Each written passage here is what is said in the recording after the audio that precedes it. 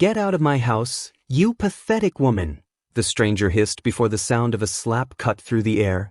The glass of water in Maggie's hand shattered across the floor. Her cheeks stung, her ears rang, and her husband just stood there, saying nothing. The woman wearing her robe smirked, clutching Gavin's arm. "You heard me. Tenants don't belong here." Maggie blinked once, twice, fighting the rising tremor in her hands. She didn't scream. She didn't beg.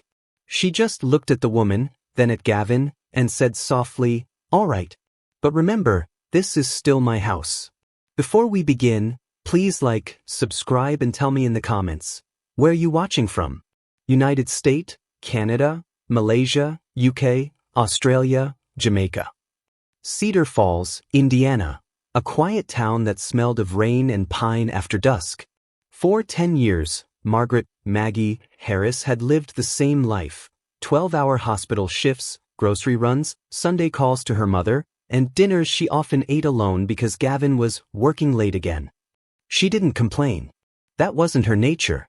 Maggie believed love was service, steady, quiet, and sacrificial. She worked overtime so Gavin could focus on his business, the marketing firm he swore would change their lives. She handled the bills, the taxes, the house payments. Everything. So that night, when she pulled into the driveway early, exhausted but hopeful, and saw an unfamiliar red car parked beside Gavin's truck, she assumed it was a client. Then she noticed it, a high heel left by the door.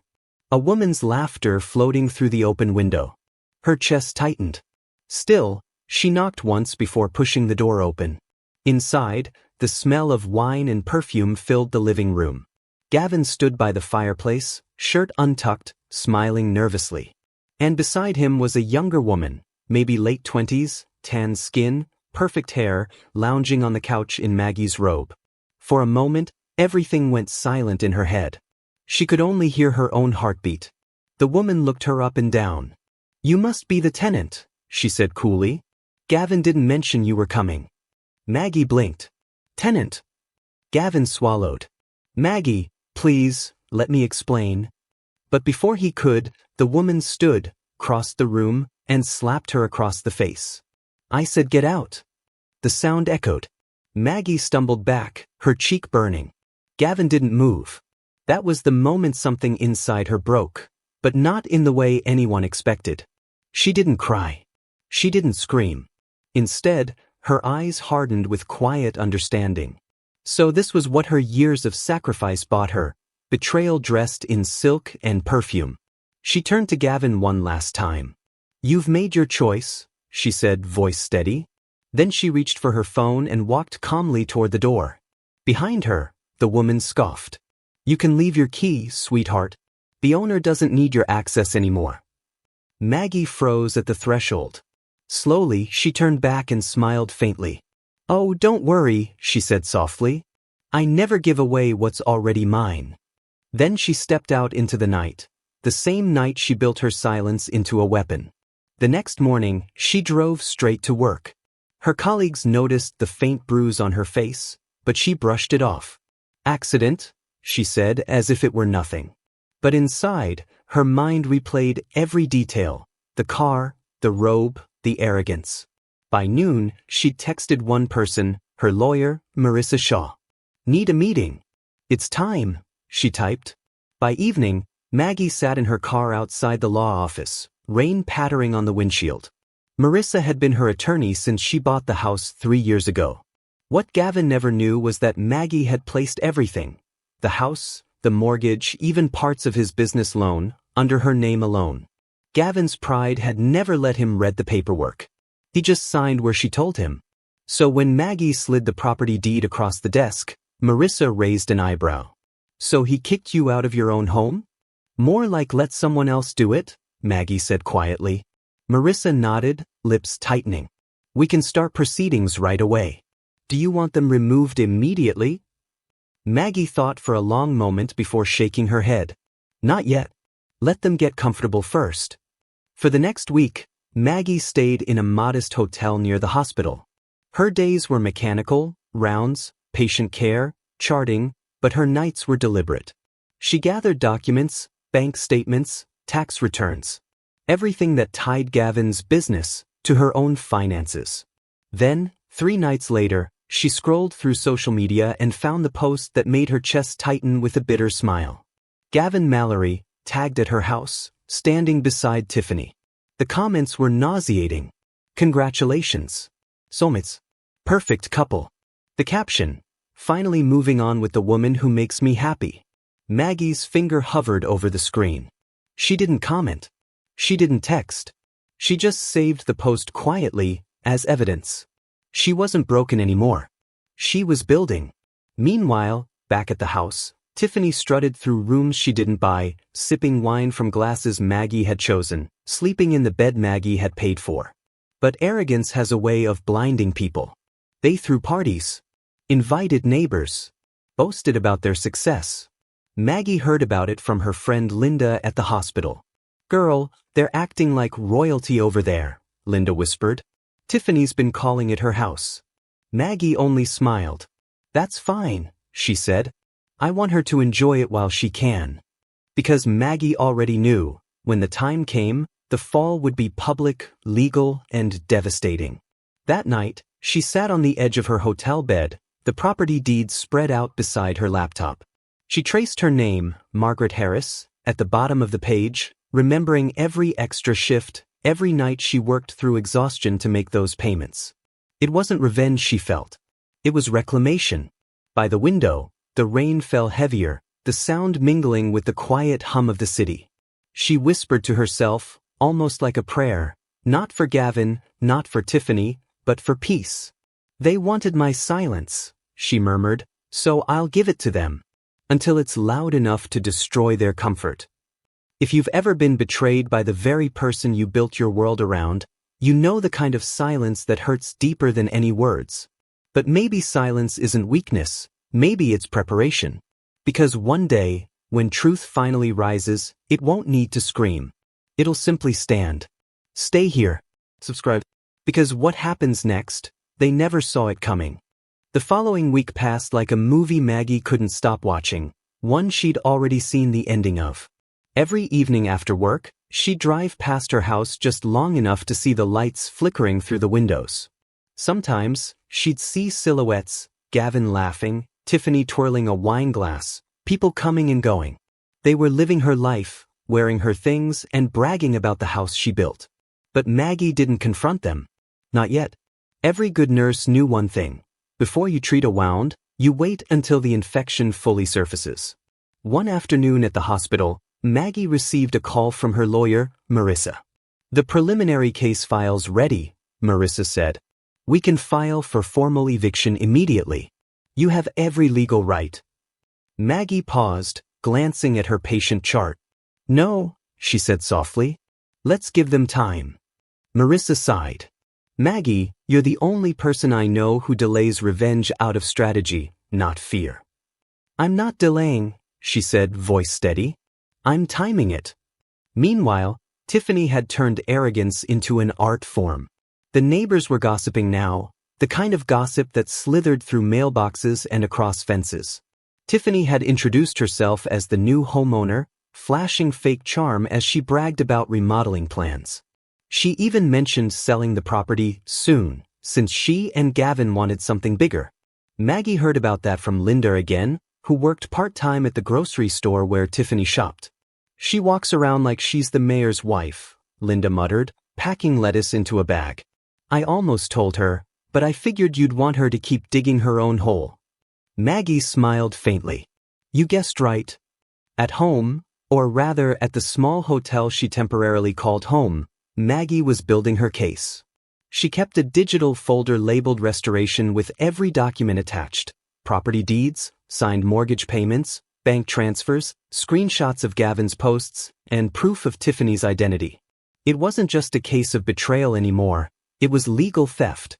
But she also began documenting their recklessness.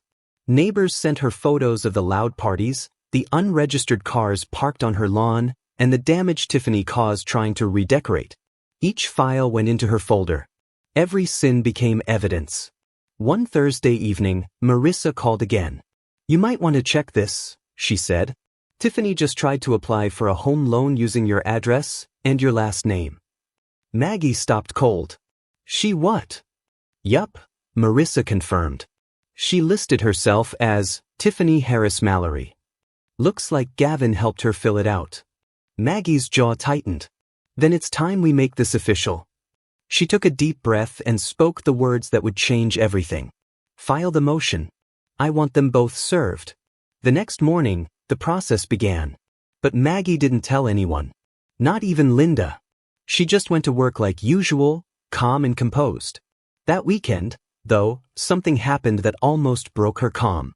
She stopped by her church after her shift, an old tradition she'd kept for years. And there, sitting in one of the back pews, was Gavin's mother, Eleanor. Eleanor had always liked Maggie, or pretended to. But now, when their eyes met, Eleanor looked away quickly, pretending not to notice. Still, Maggie walked up to her. "Mrs. Mallory," she said quietly. Eleanor turned, face stiff. "Maggie, I heard about everything. I'm sorry truly. But Gavin's made his choices." Maggie nodded. "He has. But some choices come with consequences." Eleanor frowned. "Are you planning to hurt him?" "No," Maggie replied simply. "I'm planning to let the truth speak." Eleanor said nothing more. She just sighed, old and tired, as if she knew her son's reckoning was coming and couldn't stop it. Days later, the cracks started to show. Tiffany had tried to use Maggie's house as collateral for a new car lease, and was denied. Gavin started missing payments for his business because his accounts were being flagged for investigation. That night, Tiffany posted on social media again, but this time the tone was defensive. People hate to see happy couples win. Mind your business. Maggie saw it and almost felt sorry for her. Almost. Because she knew what was coming. When the court order was finalized, Marissa called her again. "It's done," she said. "They'll be served within 48 hours. Once that happens, they'll have 10 days to vacate or face police intervention." Maggie exhaled slowly. "Good." Then, after a moment's pause, she added, "Can we make sure it happens during their next party?" Marissa laughed. "Maggie Harris, you are terrifying, and I love it." That Saturday night, Maggie sat in her car near the old oak tree across the street from her house. She didn't need to be there, but something in her wanted to watch. Through the windows, she could see music lights flashing, people laughing, wine glasses glinting in the glow. Tiffany was dancing, Gavin pretending everything was perfect. Then, in the distance, the red and blue glow of police lights appeared. Maggie's heart beat slow and steady as the patrol cars pulled up to her driveway. Officers stepped out, carrying papers. Two men in suits, officials from the county clerk's office, followed behind them. From her car, she couldn't hear the words, but she saw it all. Tiffany's confusion turning to panic, Gavin's face draining of color, the officer handing him the notice, court-ordered eviction, property owner, Margaret Harris. The party stopped cold. Neighbors peeked through blinds. Guests whispered. Gavin shouted something incoherent, waving his arms. Tiffany tried to argue, but the officers pointed to the paperwork. Maggie didn't smile. She didn't cry. She just whispered to herself, "It's starting." Then she drove away. The next morning, the story spread like wildfire across the neighborhood. The so-called new homeowners had been legally evicted overnight. Linda called immediately, nearly screaming through the phone. "Maggie, you did it. Girl, they're saying she fainted right there in the driveway." Maggie just chuckled softly. "Oh, Linda," she said. "That was just step one." She spent that Sunday in silence, making tea and watching the sun rise from her hotel balcony. She had her peace back, but not her closure, not yet. There was still one more thing to reveal. Because Maggie had just discovered something deeper buried in Gavin's business records, something that turned betrayal into full-blown fraud. She opened her laptop, scrolling through tax files, and there it was, several accounts linked under her name, used without consent. Her hand trembled slightly. She whispered under her breath, "So that's how you've been funding your empire." And for the first time in months, Maggie's calm cracked, not from pain, but from purpose. Her revenge wasn't just personal anymore. It was legal, financial, and irreversible. She was about to close her laptop when an anonymous email notification appeared on her screen. Subject: You're not the only one he lied to. Attached was a photo of Tiffany with another man, time-stamped just 2 days earlier. Maggie's eyes widened. The game wasn't just turning, it was imploding. Maggie stared at the email on her laptop screen. The subject line burned into her eyes. You're not the only one he lied to. Attached were a series of photos. Tiffany in a dim restaurant, laughing, her hand on another man's knee.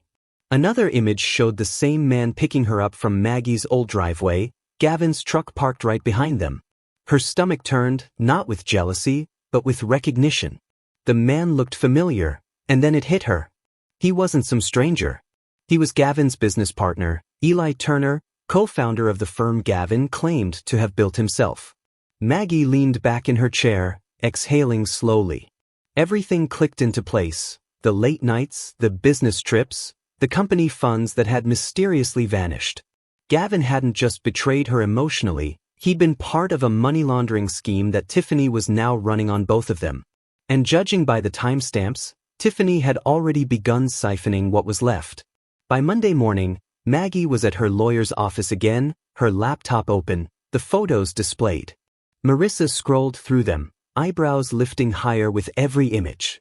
So, she said slowly, the mistress is cheating on the husband who cheated on you, with the partner he built his business with.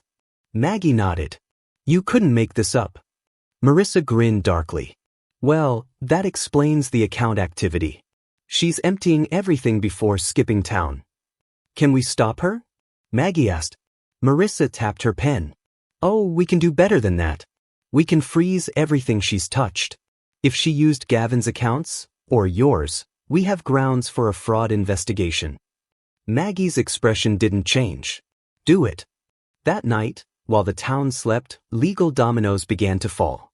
By dawn, Gavin's business accounts were under audit, his company email flagged by federal authorities, and Tiffany's credit cards declined at a luxury boutique in downtown Bloomington.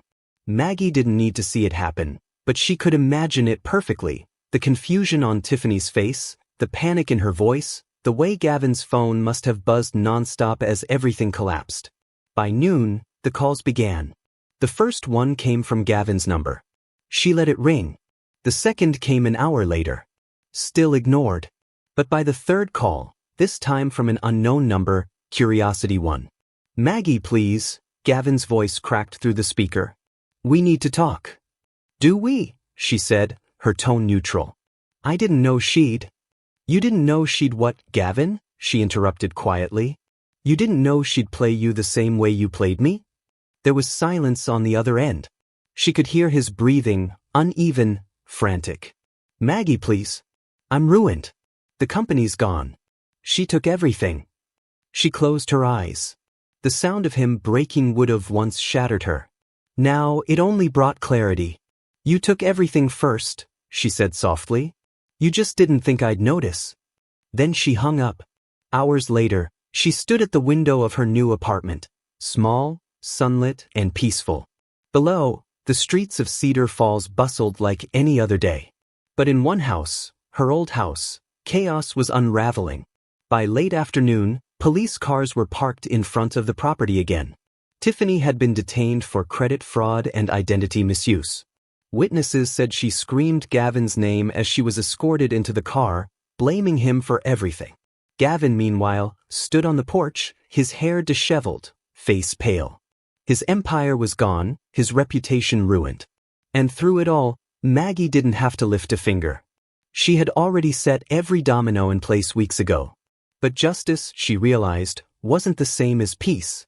That night, she sat in her apartment, lights dim, sipping tea while the TV murmured in the background. Her phone buzzed again, a text this time. It was from Eleanor, Gavin's mother. He's not well, Maggie. Please, if you can, come see him. He's not himself anymore. For a long time, Maggie stared at the message. Part of her wanted to delete it. Another part, the nurse, the caretaker, couldn't ignore it. So she went. The house was eerily quiet when she arrived. Most of the furniture was gone. The air smelled of dust and regret. Gavin sat at the kitchen table, head in his hands, a stack of papers before him, foreclosure notices, debt collections, and medical bills. He looked up as she entered. His eyes were hollow. "You came," he whispered. "I shouldn't have," she replied. He swallowed. "You were right about everything. Tiffany, she played me. She used me." Maggie crossed her arms. "She didn't use you, Gavin. She just treated you the way you treated others. The way you treated me." He nodded slowly. "I deserve it." "Yes," she said. "You do." Silence filled the room. Then he pushed a small envelope toward her. "This is for you." Inside was a check, the remaining equity from the business account. What little money he had left. She slid it back. "Keep it. You'll need it more than I do." He looked at her, eyes glistening. "I don't understand you.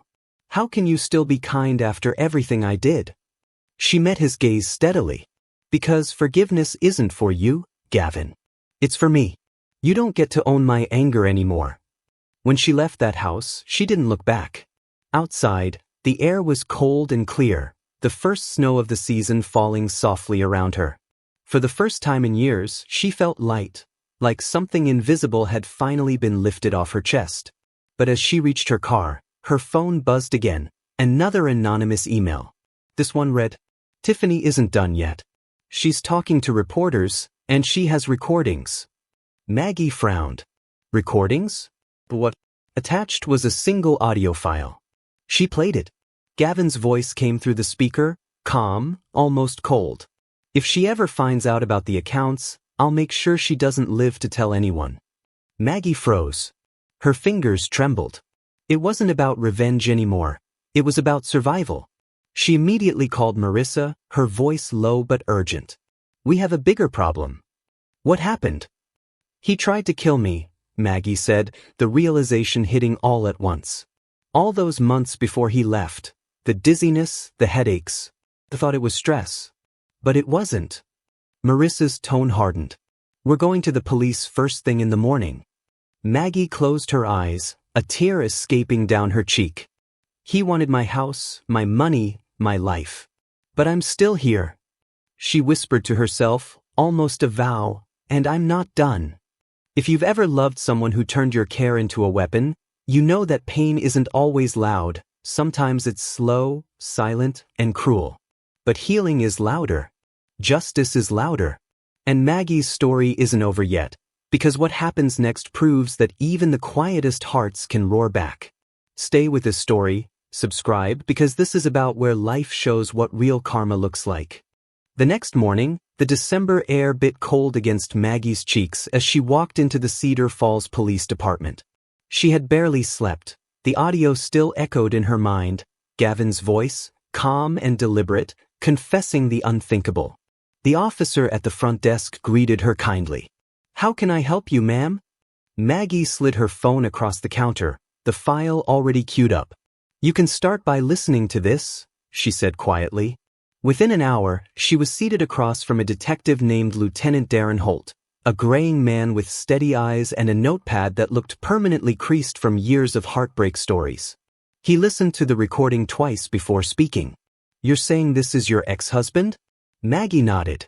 "Yes." "And the voice on the recording belongs to him. He's talking about me, about killing me if I ever discovered what he was hiding." Holt leaned back, sighing. "We've already had a fraud file open under his name.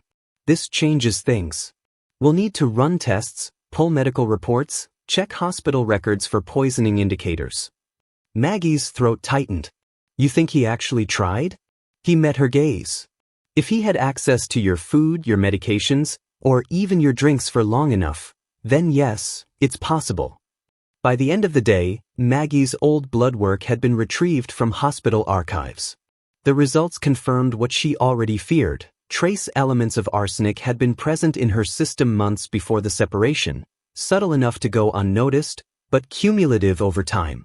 Maggie sat in silence as Holt laid out the report. "He didn't just betray you," the detective said gently. "He was planning to end you." For a long time, she couldn't speak. The weight of it pressed down, heavy and suffocating. But beneath the horror, there was something else. Relief. The truth had finally surfaced. It wasn't in her head. The fatigue, the fainting spells, the nausea, they had all been part of his plan. And now it was part of his undoing. By Thursday, the story had reached the local paper. Businessman under investigation for attempted murder and financial fraud. Gavin Mallory's name was everywhere. His face splashed across every headline, every TV segment, every social feed. The man who had once strutted through Cedar Falls as a symbol of success had become a cautionary tale. At the hospital, nurses whispered quietly as they read the articles. Maggie overheard them during her rounds but said nothing. She moved through the hallways with her usual calm, her posture straight, her eyes steady. But inside, every heartbeat carried a strange mix of sadness and finality. You'd think watching someone's downfall would bring satisfaction, but it didn't. It just felt hollow. Later that evening, she sat alone at a coffee shop downtown, the small-town chatter blending with the hum of espresso machines. Outside, snow began to fall again, frosting the windows in white. She was halfway through her cup when someone sat down across from her. It was Eleanor, Gavin's mother. Her face was pale, eyes rimmed red. "I'm sorry to bother you," she said softly. I didn't know who else to talk to." Maggie nodded slowly. "You don't owe me an apology, Eleanor." Tears welled in the older woman's eyes. "He wasn't always this way. He used to be kind, gentle even. But somewhere along the line, greed twisted him. And I looked away when I should have stopped him." Maggie folded her hands. "You're not responsible for his choices. I learned that lesson the hard way." Eleanor took a shaky breath. "He's being held tonight. They'll transfer him to county jail tomorrow. He asked for you." Maggie's expression didn't waver. "And what would I say to him?" "Maybe nothing," Eleanor whispered. "Maybe that's what he needs to hear most." That night, Maggie sat awake in her apartment, the city lights shimmering through the window. She kept replaying the last conversation she'd had with Gavin. His apology, his tears, his words about being ruined. And she realized that he had been ruined long before Tiffany, long before the fraud. The rot had started years ago, in the quiet moments where pride replaced gratitude and ownership replaced love. The next morning, she decided to see him.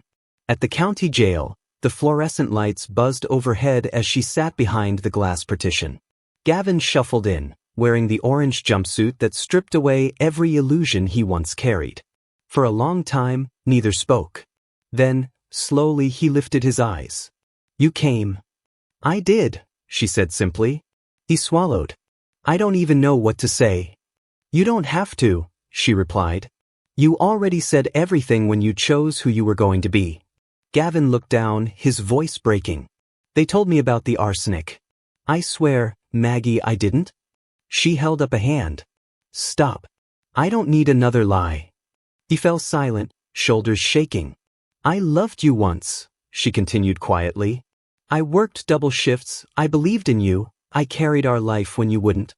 But you took my love and turned it into something small, something ugly." Her voice softened, not out of pity, but out of grace. "And even now, part of me still hopes you find peace.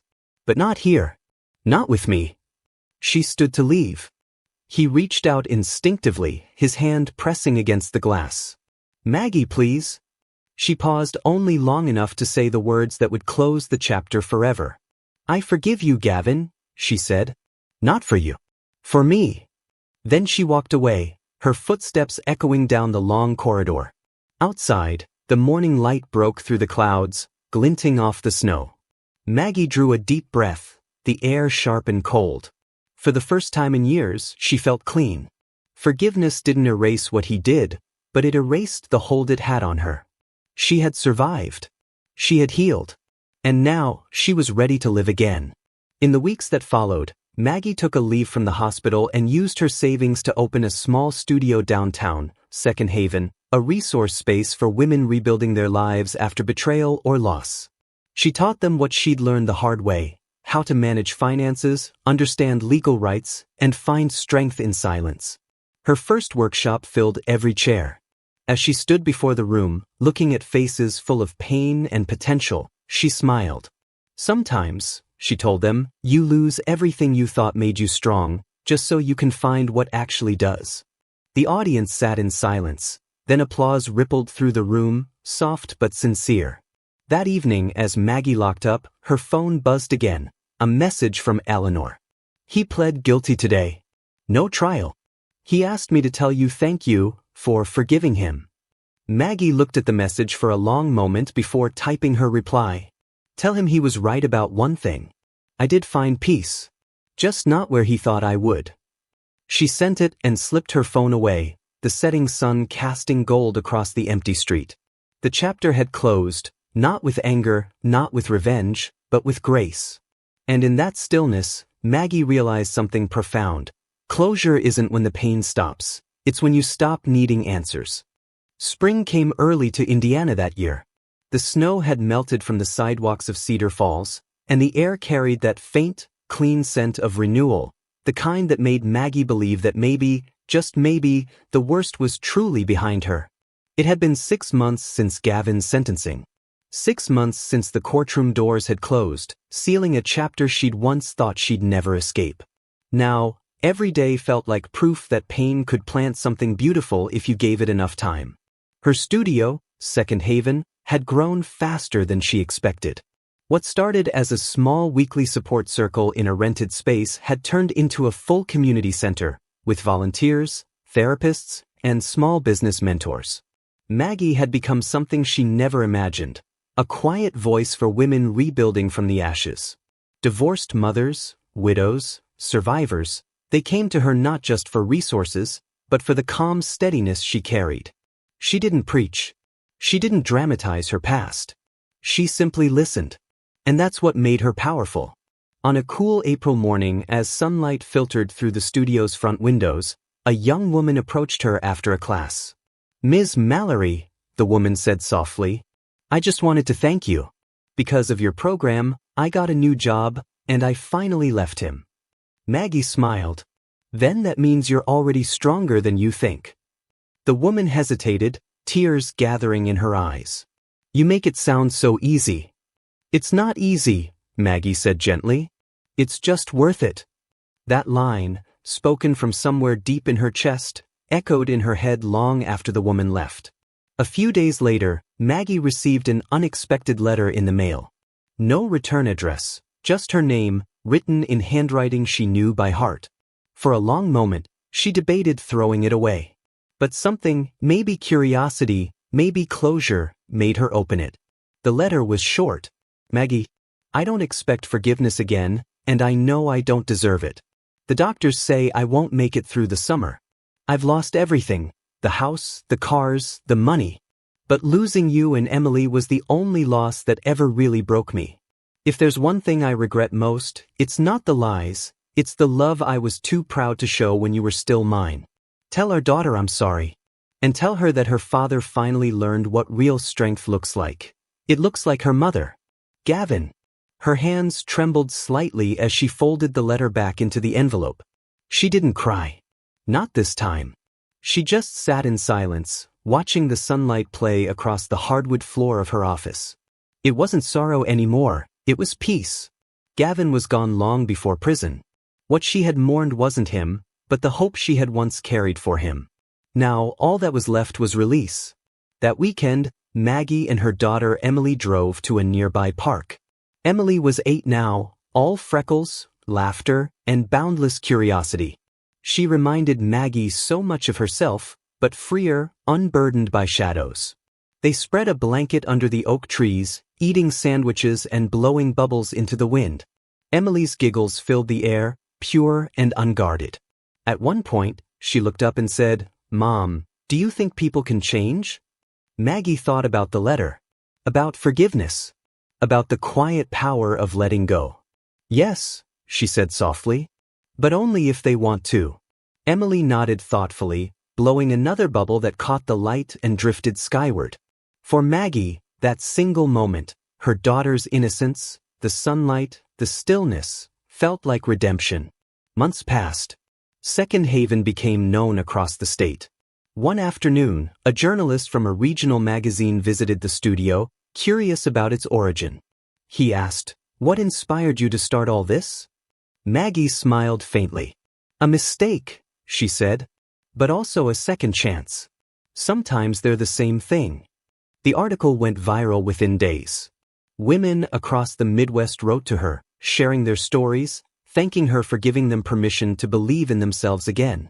It wasn't fame she cared about, it was impact. She had built something that mattered out of a life once defined by betrayal. And that, she thought, was the greatest revenge of all, living beautifully after being broken. One quiet evening, after everyone had left, Maggie stood at the studio window watching the sunset bleed into orange and gold. The world outside was calm, her world, the one she had fought tooth and soul to rebuild. Her phone buzzed with a new message from Eleanor, Gavin's mother. He passed peacefully this morning. He asked that you not attend the service. He said you already gave him everything he needed, forgiveness. Maggie exhaled slowly, the final thread untangling. She whispered a small prayer, not for Gavin's soul, but for her own healing. It was over. No more ghosts. No more guilt. Just grace. Weeks later, Second Haven hosted its first major fundraising gala. Every woman there was a story, some still wounded, some blooming again. When Maggie took the stage to speak, her voice was steady but warm. People ask me how I survived betrayal, she began. The truth is, I didn't just survive, I rebuilt. Not because I was stronger than others, but because I finally understood something simple. She paused, scanning the faces in the crowd. Life will break you in private before it honors you in public. But if you keep showing up, even when you're unseen, unappreciated, or unloved, you become your own miracle. The audience fell silent, and then the room filled with applause. In the back, Emily clapped the hardest. That night, as Maggie tucked her daughter into bed, Emily whispered, "Mom, when I grow up, I want to help people too." Maggie smiled, brushing her hair back. "Then the world's already waiting for you, baby." She turned off the light and stood for a moment by the doorway, watching her daughter drift into sleep. The past had burned her, but it had also lit the fire that guided her here. Sometimes, the ones who break you are just the universe's way of clearing space for something pure. Maggie's story isn't about revenge, it's about rebirth. If you've ever been written off, betrayed, or left behind, maybe this story reminds you that survival isn't the end, it's the beginning of who you're meant to become. So, if stories like this speak to your heart, subscribe to this channel. Because the next one might just be your reminder that miracles often wear the face of pain first.